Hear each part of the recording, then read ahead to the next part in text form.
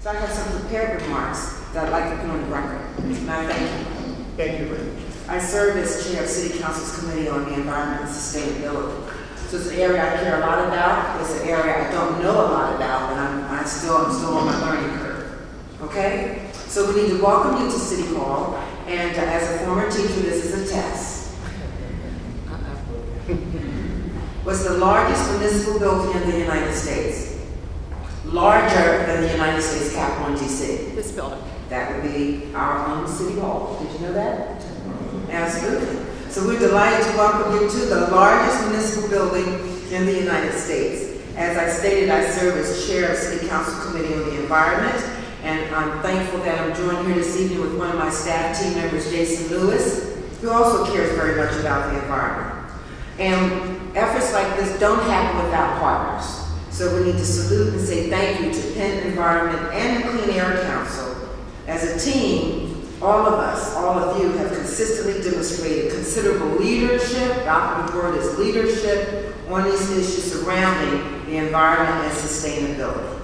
Many of you may recall in 2008 that our mayor, in his inaugural address, made a bold proclamation that stated as follows: by 2015, Philadelphia will be the greenest city in America. And then he backed it up with a written plan, because we know if it's not in writing, it doesn't exist. So he backed it up with a written plan, and Jason, actually, it's amazing. The plan we now know is GreenWorks Philadelphia. I'm a mother of a 17-year-old, so I pay a lot of attention to what tomorrow holds. And it is crystal clear that how we treat our planet will be a defining issue for our children, grandchildren, and her generation.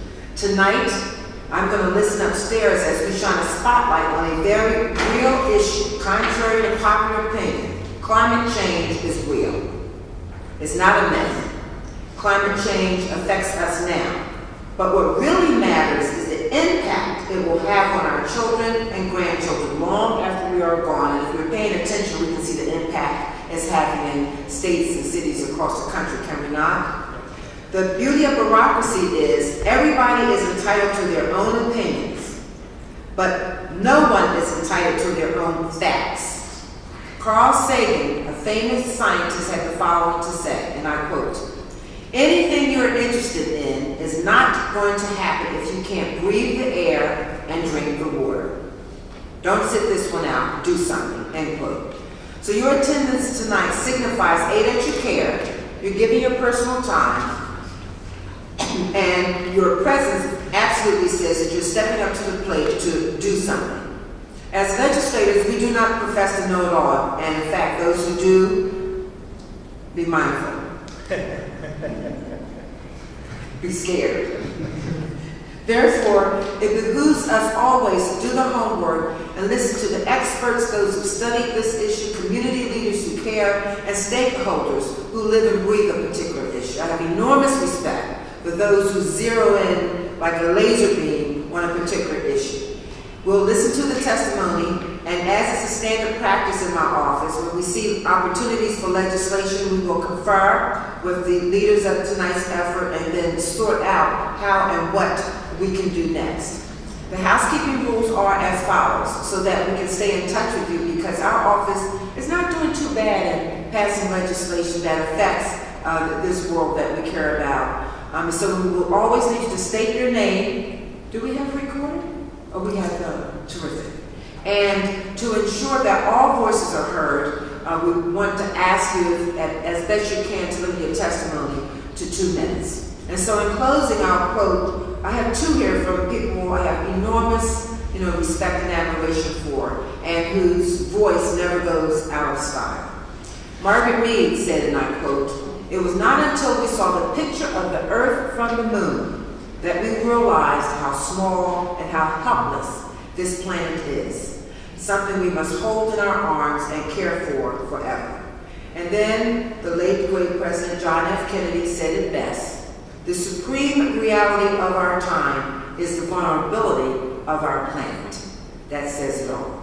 So again, I thank you. Know that we're paying attention. I'm actually going to multitask. And listen upstairs while you work down here as I move into another meeting.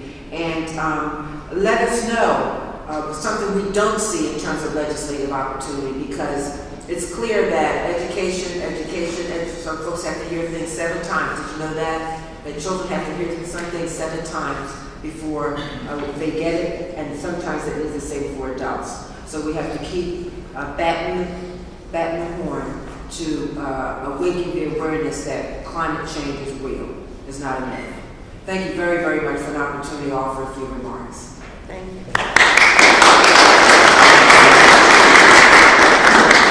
I think I can say with a great deal of certainty that almost nothing from a progressive point of view when it comes to environment has come out of City Council that the Councilwoman hasn't championed. She is that good, she is that correct on all of the issues that are near and dear to us, and we're very appreciative of that. So that's great.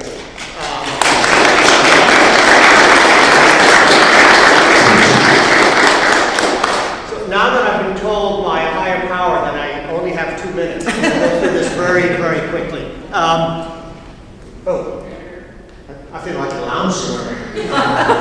Oh no. Yes, exactly. No, definitely not. So this summer, I thought I heard some of the worst news that in my many, many years as an environmental activist I could have heard. That we reached 400 parts per million of carbon dioxide in the atmosphere.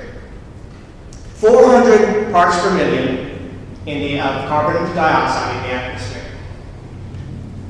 That made the news for less than 24 hours, and then we moved on to something else. And I was shocked. I thought, okay, finally people are going to wake up and pay attention. We have actually reached the nightmare, and yet we still have moved on to how the Eagle's doing this week, which is important, very important, but maybe not as important as climate change.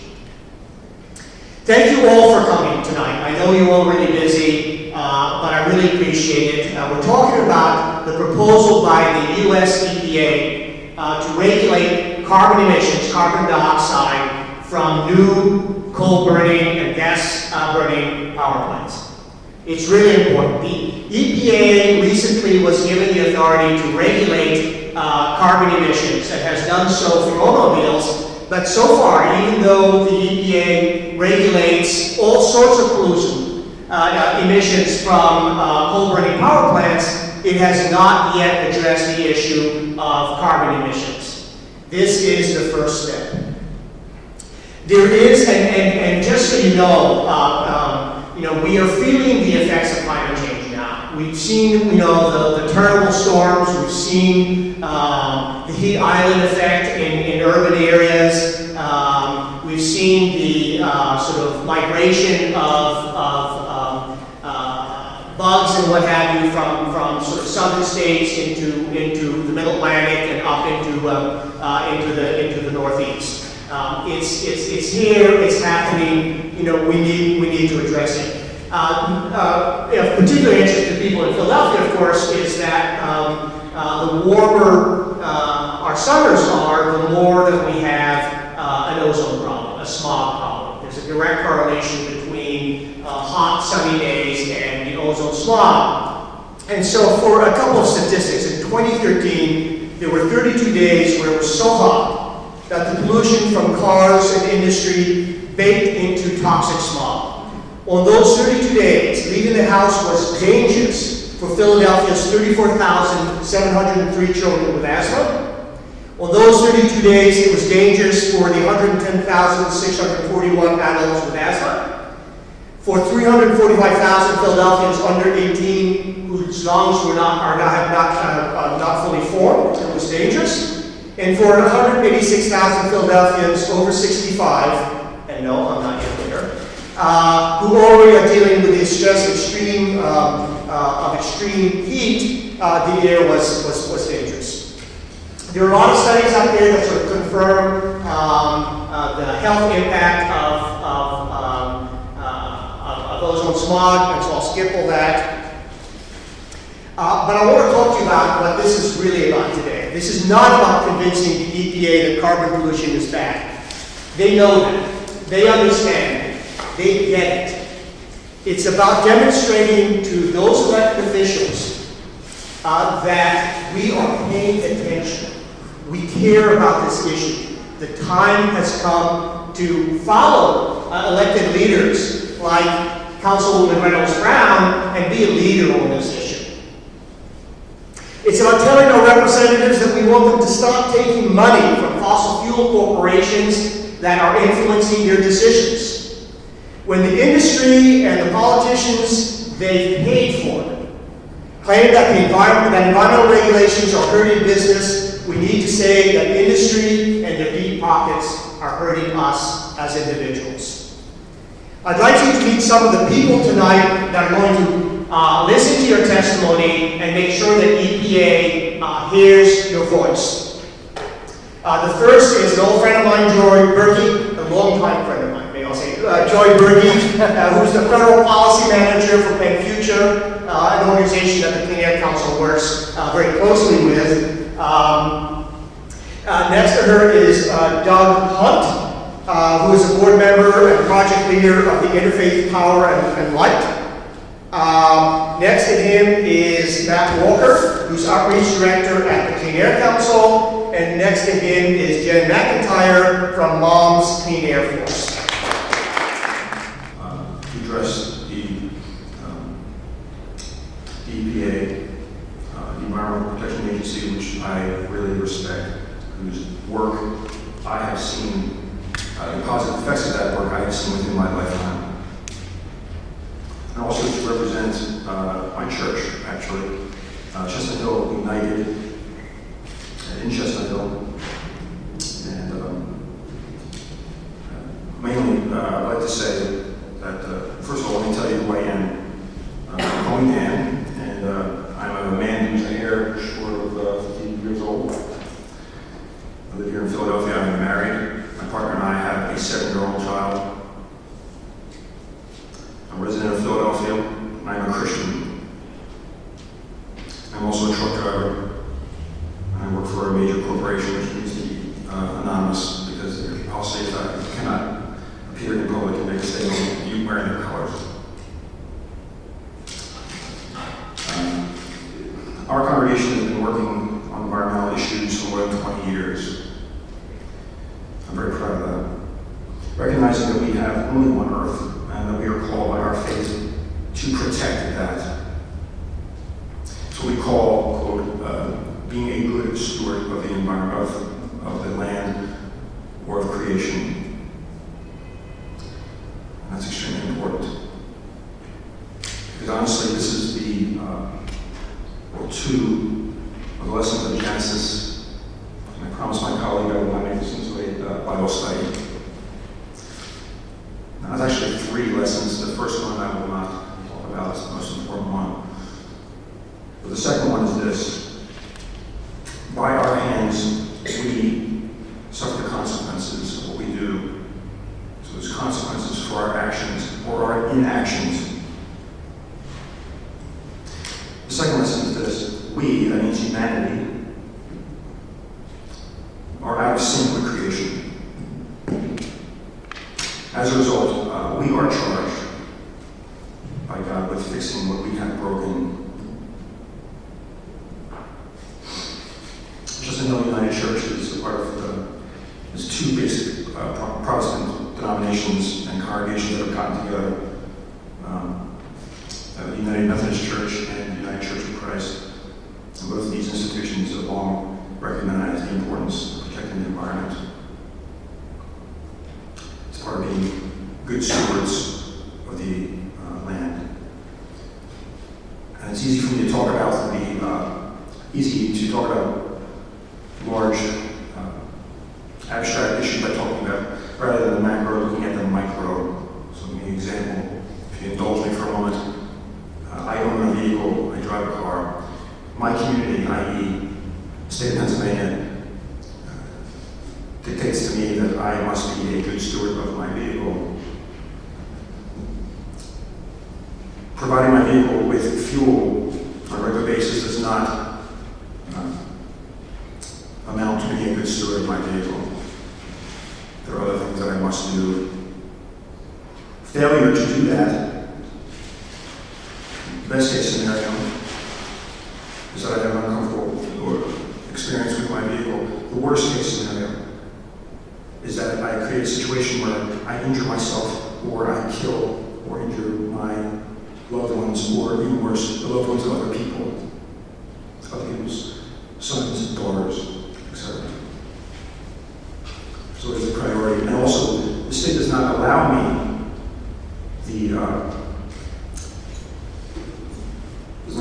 to use convenience or economic availability as an excuse for not maintaining that vehicle. Once again, climate change is a huge concern for us. It is something that is immediate. Now, as a parent, I'm also concerned for the impact of climate change on my daughter, obviously. It's a personal issue for me. So I would like to ask you to be brave, to be strong, because I would like a future where my daughter has to take out her phone and Google the word smog. Thank you very much. Hi, my name is Jossi Fritz-Meyer. I'm a co-director of the Energy Co-op. On behalf of the Energy Co-op, I am here to urge EPA to finalize the standard for carbon dioxide emissions from new power plants. As Joe shared, this year the global concentration of carbon dioxide in the atmosphere reached 400 parts per million for the first time in recorded history. And in the last month, the Intergovernmental Panel on Climate Change released their latest report that showed the certainty with which the global community of experts has coalesced around the current and future effects of global warming on our rising global sea levels and various forms of extreme weather. These effects are seen globally, but experienced locally. Here in Pennsylvania, we know that our state contributes 1% of Earth's total greenhouse gas emissions. And what's more, Pennsylvania ranks third in carbon dioxide emissions in the nation. Finalizing the carbon dioxide limit for new power plants will help to decrease ground level ozone and mitigate the effects of climate change. We have found that the public already understands the damaging effects of carbon dioxide emissions on our health, economy, and environment.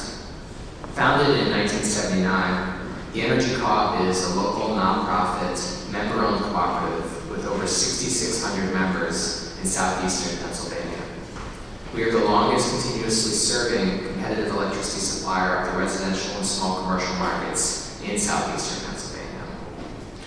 Our member owners join the Energy Co-op in order to purchase 100% or 25% local wind and solar electricity options at competitive rates. They do this because they know that the source of their energy matters. Our members recognize the health and environmental costs associated with different types of power, and that those vary widely. If the EPA were to set and regulate standards for carbon dioxide emissions from new power plants, it would be a step in the right direction as we move to a more sustainable society. We look forward to educating our members and the broader public about the importance of carbon dioxide emission standards from new power plants and other power sources. This is a big step towards a cleaner future that mitigates the threat of climate change and air pollution from new power plants. Thank you for the opportunity to speak today. Thank you. So my name is Reuman. I'm an organizer with Food and Water Watch. I'm also a graduate of Minott College and a member of the First Unitarian Church of Philadelphia, and I'm a resident here in Center City, Philadelphia. So I wanted to start off by explaining a little bit about sort of how I got into all of this stuff, which is part of it was when I was in college. I was actually a scholar with the National Oceanic and Atmospheric Administration. They had this great program called the Noah Hawking Scholars. And as a part of that, I was able to go down to Papahanaumokuakea Marine National Monument, which is in Hawaii. And down there, of course, was some of the most advanced climate monitoring systems in the country, in the world.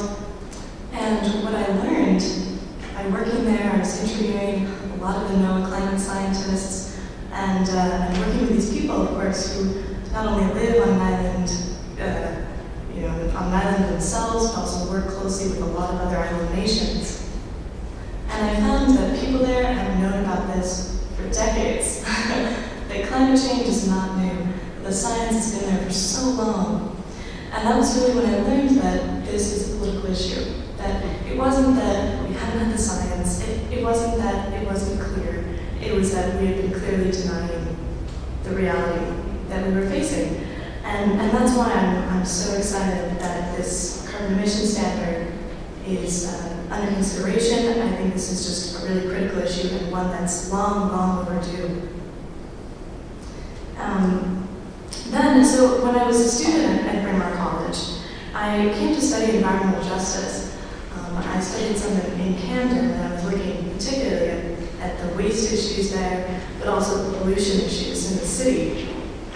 And I'm sure, as other people have already, the gentleman from Clean Air Council was talking about the heat issues with this, dangerous air quality. And as we know, when flooding happens, when extreme weather events occur, when heat rises, the people who are ultimately affected by these things the most are people who are low income, people from minority communities, people with the least ability to protect themselves, protect their families. And so to me, carbon emissions ultimately are an environmental justice issue. That's the most important reason that I believe we need to limit carbon emissions today. As an organizer with Food and Water Watch, I work with people along the Jersey Shore who are intimately impacted by the effects of Superstorm Sandy. I worked with people who lost power, people whose homes had been destroyed, enormous damage. The industry along the shore, I'm talking about a $400 billion industry.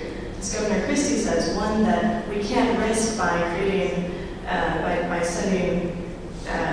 creating an offshore export facility for natural gas. Well, same thing holds for climate emissions. We know that if we continue to emit carbon pollution, we will see enormous storms, have enormous enormous economic damages as a result of major storms, extreme weather events. But truly, when you work with these people, you realize that it's not just a numbers game about what are we losing in terms of economic impact. These are real people who are impacted, and we could be just as well here in Philadelphia.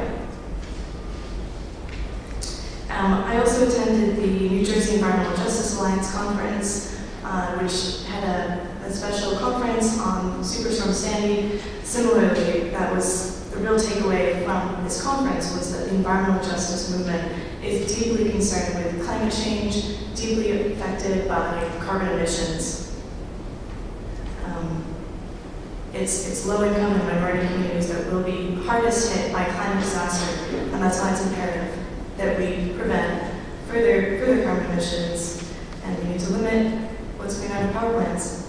So I'll just wrap up.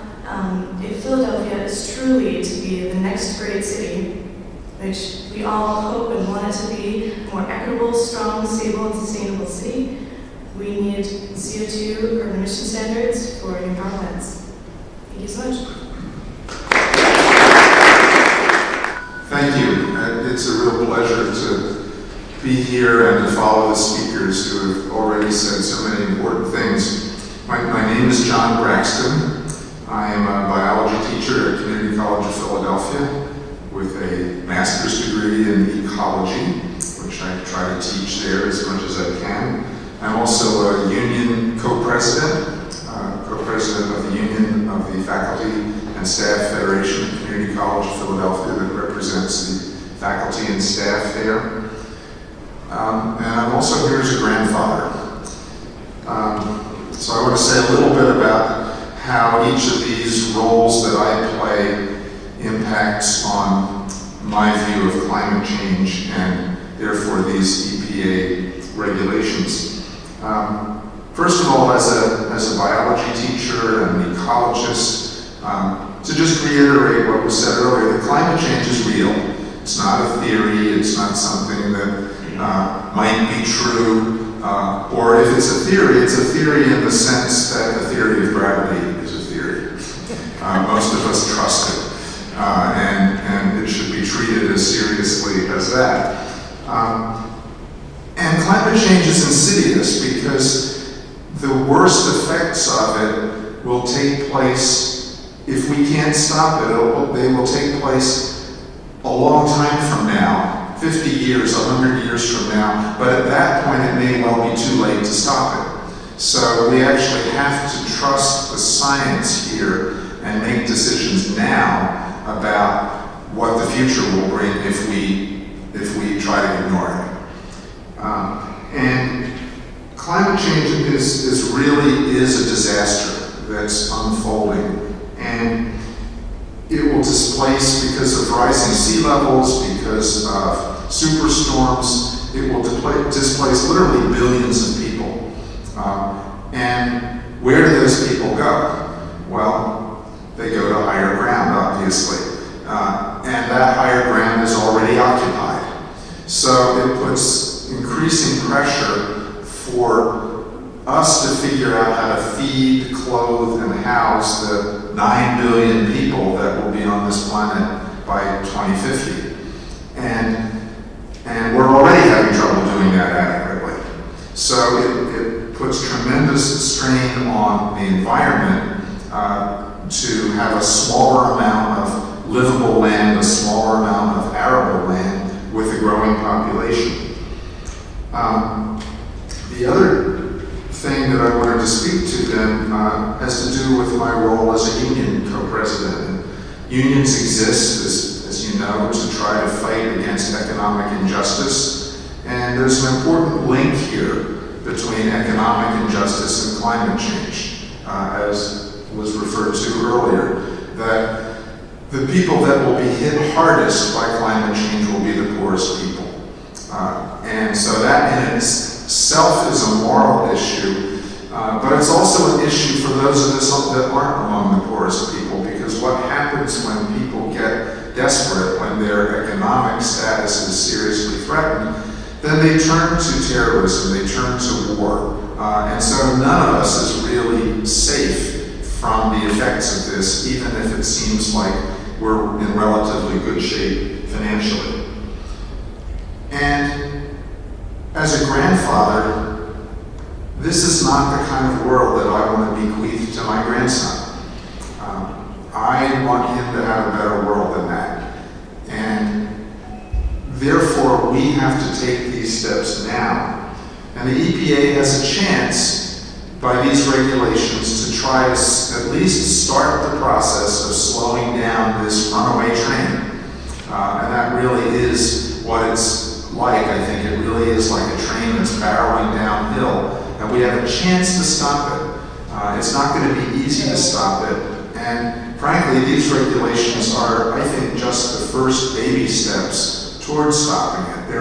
They're actually completely inadequate, but we would be insane not to take them. Thank you. My name is Sean McCormick, and I'm a fourth-year doctoral student in the Public Health Department at Temple University. I just wanted to reiterate a few of the health-related comments that people have been making. I know that everyone's been covering very nicely all the different health consequences, but I thought I might just elaborate a little bit further in terms of the public health perspective. For people that aren't super familiar with public health, one of the main tenets of public health is prevention of disease. And whereas medicine would treat a disease after it's developed, public health strives to prevent diseases before they happen. And I think we can all easily see how a rule like this, controlling the number one driver of climate change in terms of human activity, how that would be related to how that would be related to preventing all the different health-related negative outcomes that we've talked about tonight. And I know people have mentioned them, but I might just go over them once more. From natural disasters, hunger and malnutrition, vector-borne diseases, infectious diseases such as malaria, foodborne diseases, waterborne diseases, increase in pollen. In terms of chronic diseases, which approximately 1/3 of Americans suffer from a chronic disease, and we spend 75 cents out of every healthcare dollar spent on chronic diseases. Any chronic disease you can come up with: asthma, cardiovascular diseases, COPD, cancer, diabetes, obesity, all are affected by climate change and the resulting environmental impacts. I know that everyone has mentioned the particular susceptibility of low-income and impoverished communities, and I wanted to just make sure that we all understood that this rule would be, protecting not only local Philadelphians and Pennsylvanians, but also everyone around the world. We've had a couple people mention developing countries, and for places that are less developed, economically stressed, socially stressed, that climate change and strain on natural resources is really a threat multiplier, and that's how we like to view these things, is that that climate change and global warming is truly a threat multiplier in terms of almost every bad thing that's going on in the world right now. So I think that this carbon rule is a good step. We talk often about low-hanging fruit, and power plants are the #1 carbon polluters, contributing approximately 40% of carbon dioxide emissions in the United States, and I think that this rule has to be pushed forward. I support the EPA's plan to do so. Thanks. The reason I decided to speak to you is because so few people are here, and I feel like it's such an important issue. I live in Philadelphia. My name is Sandra Lehan, and I have experienced an enormous amount of air pollution here since I moved here 15 years ago. I've had somewhat declining health, despite the fact that I exercise every day, eat right, all organic, and am very attentive to my health. And the only real factor that I can attribute to, I have an excellent family history of health. My parents are both in great health. They don't live here, but I feel like the air pollution here is a very negative contributor to my health. And I plan on moving from here just as soon as I can, actually. But because I have enjoyed living here, the cultural aspects, the city itself is really enjoyable.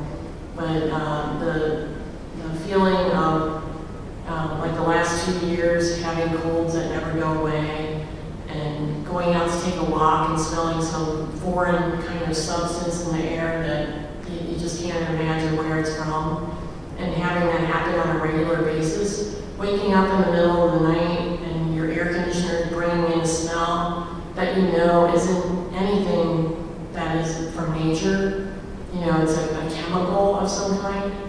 These are the kinds of things I'm experiencing here, and it's disheartening, and it feels like an invasion of my right to live here and in a healthy manner. So this particular issue on carbon dioxide, preventing the new power plants from polluting even more, is very important to me. And even though I'm just a regular citizen, I just wanted to say, please make sure that we're protected. Thank you. Thank you. Thanks a lot. Good evening. My name is Erin Melton, and I would like to speak on behalf of both wildlife and domestic animals who are impacted by greenhouse gas emissions. We are currently in the midst of what a number of biologists call the 6th mass extinction, the greatest mass extinction of species since the age of dinosaurs 65 million years ago. At current rates, possibly half of all species on Earth will be extinct in this century. Nearly all of these extinctions are being caused by humans through destruction and fragmentation of habitat, intentional and unintentional movement of species that become invasive, overexploitation of animal and marine life, and by ecosystem degradation from human pollution and human-induced climate change through greenhouse gas emissions. The ecological services we receive from natural systems are of immense value to the well-being of people for things like formation of soil, and cycling of nutrients, provisioning of food, fresh water, fuel, fiber, and recreation opportunities, and the regulation of climate, flooding, and disease. From global food scarcity, security, to a source of medicines, to even the oxygen we breathe, we're dependent on biodiversity and the sustained integrity of ecological systems. Nevertheless, we are allowing these natural systems to be negatively impacted by global warming brought on by greenhouse gas emissions. A few examples. The world's oceans, their temperature, chemistry, currents, and life drive global systems that make the Earth habitable for both humans and animals. Over 3 billion people depend on marine and coastal biodiversity for their livelihoods. Polluting the oceans not only puts marine life in peril, it threatens the planet's ability to support humans. The oceans have been sucking up a great deal of the billions of tons of CO2 humans are dumping into the atmosphere. Dumping as if the atmosphere were a free sewer, with the cost of this pollution not accounted for in the price of fossil fuels and the fossil fuel industry exempted from air quality regulations that apply to all others. The oceans are becoming increasingly acidic and hostile to marine life. The coral reefs, which house and sustain thousands of species of fish, are dying from acidity caused by CO2 and other human pollutants. Warming oceans are also forcing species to migrate further north and enabling invasive species to thrive in areas that could not have lived in the past. While we are always cautioned by scientists not to attribute any specific storm to global warming, few will dispute that storms are made more intense by even slight increases in land and ocean temperatures.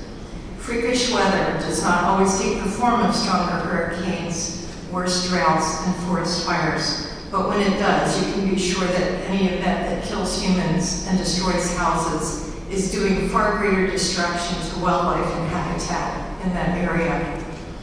It takes very little change to disrupt some of the major weather patterns we rely on to be variable but within certain norms. Those norms are being exceeded everywhere we look. A couple of examples impacting animals. One of the worst storms on record for western South Dakota left thousands of cattle dead earlier this month, with 48 inches of snow and 50-mile-per-hour winds. The state veterinarian estimates that between 15,000 and 30,000 cattle died from hypothermia, exhaustion, drowning, and suffocation. The press reports all focus on the human economic losses, but still 15 to 30,000 domestic animals died. In August, freakish freezing temperatures and snowstorms in the southern highlands of Peru are estimated to have killed upwards of 250,000 alpacas. The local indigenous Amara culture is entirely dependent on their alpaca herds. Again, this story primarily gets reported for its impact on humans, but another 250,000 animals are dead, and the link back to global warming caused by greenhouse gas emissions is pretty solid. EPA only do have the statutory authority to regulate greenhouse gases. Animals are dying and going extinct, waiting for you to do your job.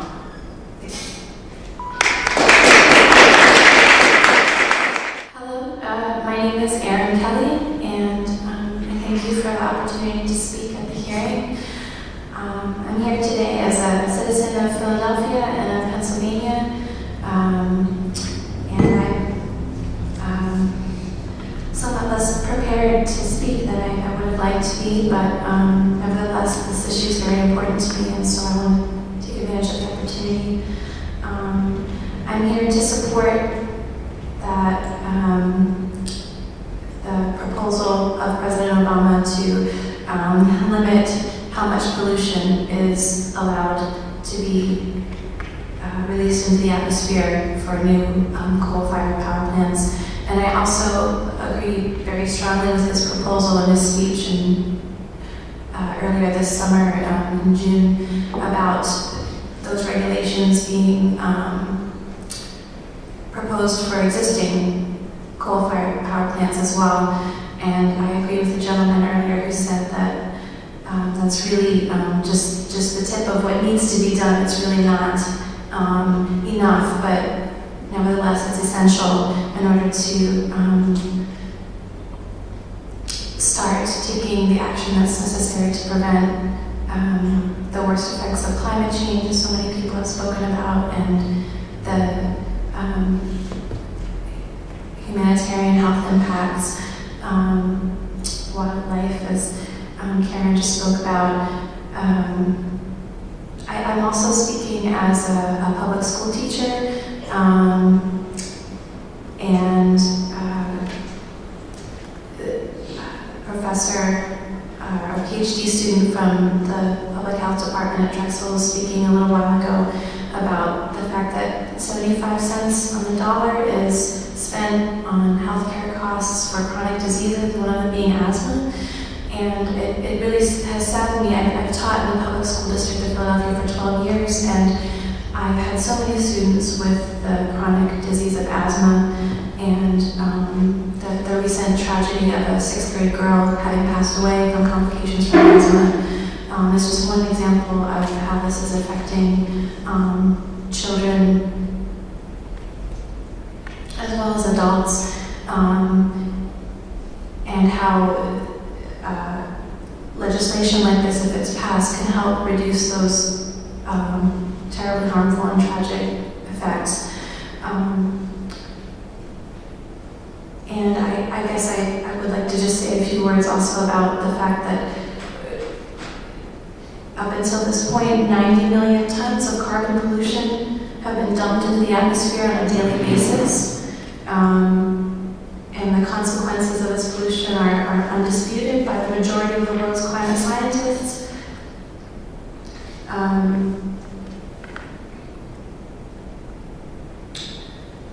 And I guess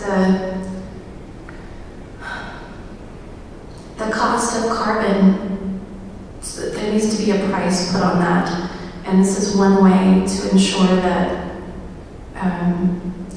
the fossil fuel industries and polluters are being held accountable for treating our atmosphere that supports life on this earth as an open sewer. It's so essential that this legislation be passed. Thank you. This last summer, I guess this last year, my husband was laid off, and he now has a really good job, but at the time I did some research on the area and whether or not I wanted to move. And one of the things that I researched was the pollution in this area, and how, I don't remember all the statistics, but the main polluter was Sunoco, and there was an organization that had done enormous amounts of research on the quantities of pollutants throughout the world and in Philadelphia compared to that. And Philadelphia's pollutants were really quite high. I think it said that Sunoco is the largest polluter of petroleum released air pollutants in the world, and that this particular location is also the highest in the world. And so that gave me a new perspective on the city and why maybe some of my colds never go away, and they just feel like deep lung problems, you know. And this last year, meeting people at the bus stop and speaking to them, I realized there are many people here who have asthma problems. So I also wanted to say the fracking problem is tremendous, and it's with all these different things on board contributing to our air pollution. This is critical. I mean, because every little thing, every big thing, I should say, that is not prevented, then becomes another contributor to this already huge problem. So please, I beg you to take this seriously and to take the steps that are needed to help us prevent this problem. Thank you. So I'll read Jan Rushforth's Jen is majority owner in Rushforth Solar, LLC. So, quoting Jen, this is my testimony on how global warming has impacts on daily lives and why I support strong EPA efforts to reduce pollution and protect public health. Over 22% of Philadelphia children have had asthma. Hurricane Sandy drowned people's homes and fortunes. Severe drought and wildfires already harm Americans. The climate has changed. We are already seeing the impact of the climate crisis. We know that 1% of the world's greenhouse gas emissions come from Pennsylvania.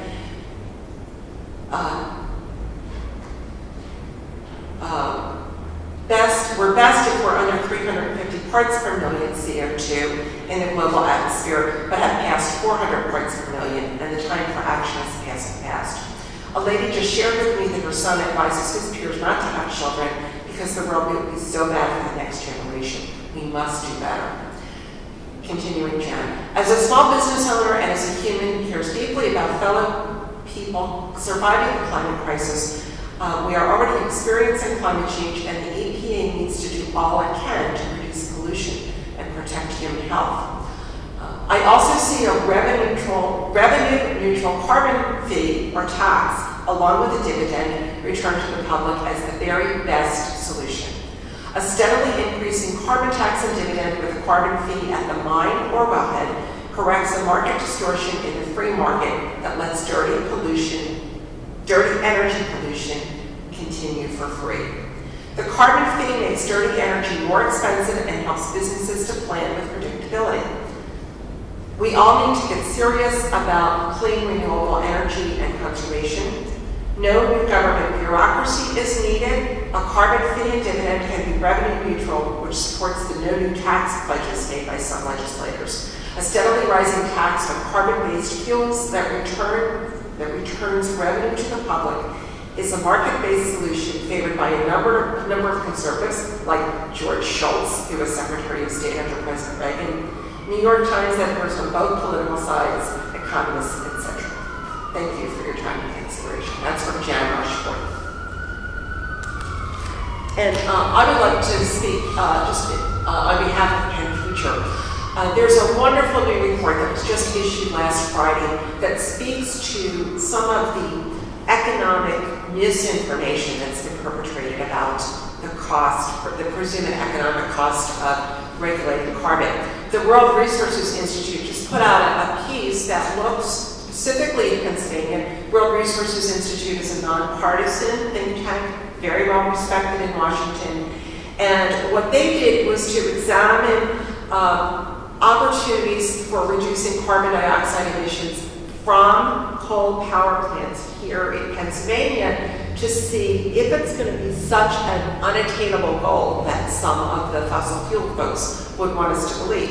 And indeed, it's not true. They found that by looking at existing state regulations that many of our groups have worked on, like the Alternative Energy Portfolio Standard, Act 129, which is the state energy efficiency standard, plus doing things like using more combined heat and power in industry.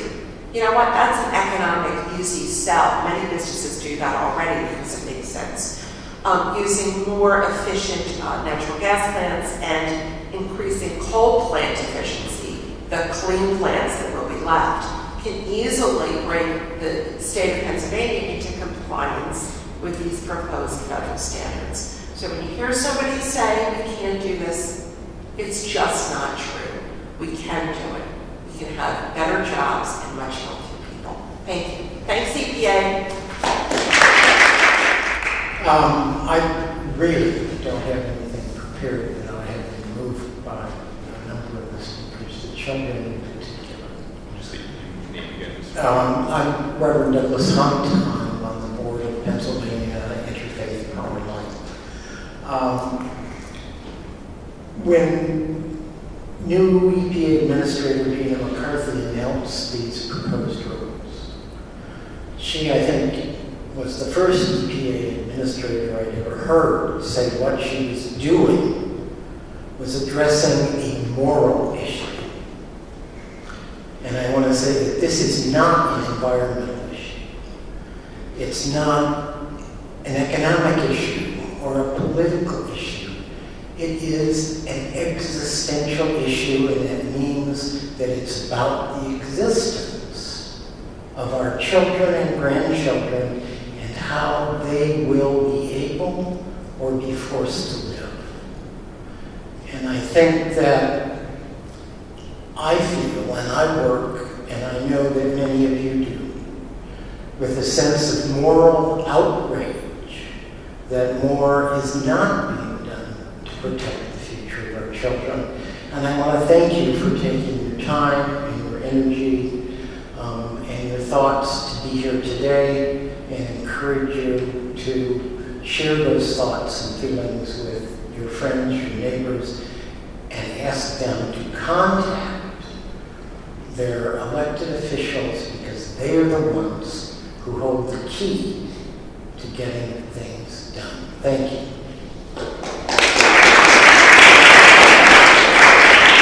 Thanks, Doug, and thank you to everyone who spoke tonight and for everyone who came out. And have a good night.